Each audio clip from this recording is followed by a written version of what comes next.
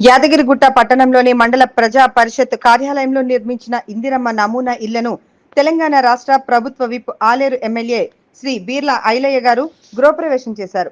తెలంగాణ రాష్ట్రంలో ఆలేరు నియోజకవర్గాన్ని ఇందిరమ్మ ఇళ్ల నిర్మాణంలో మొదటి స్థానంలో నిలిపేందుకు కృషి చేస్తామని తెలిపారు. అనంతరం మాదక ద్రవ్యాలు, డ్రగ్స్ నిర్మూలనపై ప్రతిజ్ఞ చేశారు. మాదక ద్రవ్యాల వల్ల యువత చెడుదారులు పడుతున్నారని, మాదక ద్రవ్యాలను పూర్తిగా నిర్మూలించేందుకు ప్రతి ఒక్కరూ బాధ్యతగా ఉండాలన్నారు.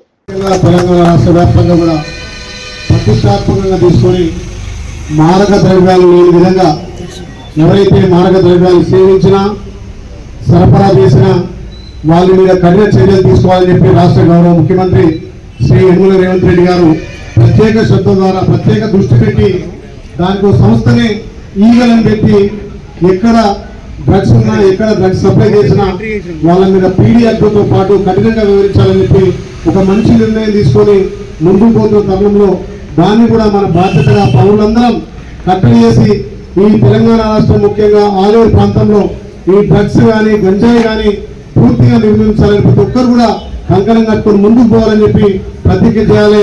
దీంట్లో మా పోలీస్ మిత్రులు కూడా చాకచక్యంగా ఎక్కడికక్కడ ఈ డ్రగ్స్ నిర్మూలన కానీ గంజాయి నిర్మూలనలో ఆలేరును నిర్మూలించడంలో ఆలేరు ముందుంచేందుకు మా పోలీస్ వర్గాలకు మొత్తం ప్రత్యేకంగా ధన్యవాదాలు చేస్తూ మనం కూడా బాధ్యతగా ఈ డ్రగ్స్ మహమ్మారిని పారదోలాలి.